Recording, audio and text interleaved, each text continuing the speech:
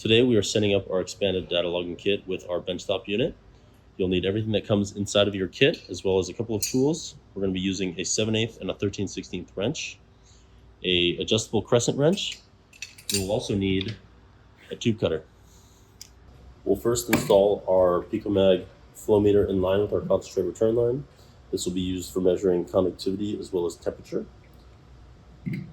Let's use our wrenches to hold the elbow on our return line in place and then loosen the nut that's holding the hose on there. Remove the hose, and then when we go to install our flow meter, make sure we refer to the direction of flow. The inlet is going to be connecting to the elbow. Get that hand tight to start, and then connect the outlet of this flow meter to the hose on your return line.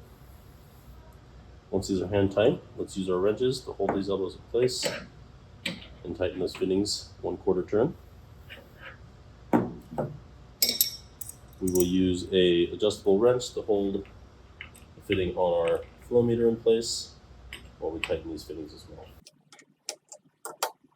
Next, we'll use our M12 cable to connect the output of our Picomag. We'll connect the other end to the Picomag sensor 1 port on our expanded data logging kit. We'll take one Ethernet cable. We'll connect it from the data kit signal port here on the back of our cell unit. And this will connect into your data kit signal port on the front of your expanded data logging kit. Alrighty, our Permeate Flow Meter uses the clip on the back to simply mount to the side of our expanded data logging unit, just like that. And then I've used a tube cutter to cut a couple sections of 1/4-inch polypropylene tubing. We'll use one length to connect the permeate port on our cell. Here I'm using a stainless steel CFO42. The other end is going to connect to the inlet side of our permeate flow meter. These are push to connect fittings, so simply put it in and push. If you are using a 3/8 permeate line, these are 1/4-inch adapters, so you can simply remove them. The outlet port of our permeate fitting is going to have another tube section in there, and we can route that to some sort of collection device. Here I will be using a simple flask.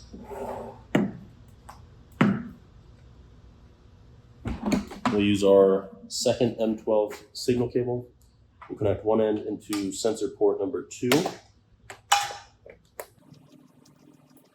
And then obviously plug that into the port on the top of your Trado flow meter.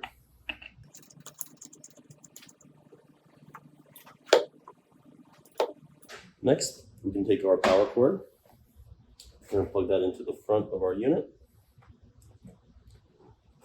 Plug this into a power supply, and it should power up at this point. And then the final thing to do will be to connect your expanded data logging unit to your PC using the Ethernet cable and this Ethernet port. A couple of final notes. When you're using our expanded data logging kit with a low pressure FO or a convertible system, you want to connect both of those units to the data kit signal using an Ethernet splice adapter. This will come with your kit. And then please take a look at our MPD channel. We have a video to walk you through how to connect using the Ethernet cable to access your data logs and the virtual interface.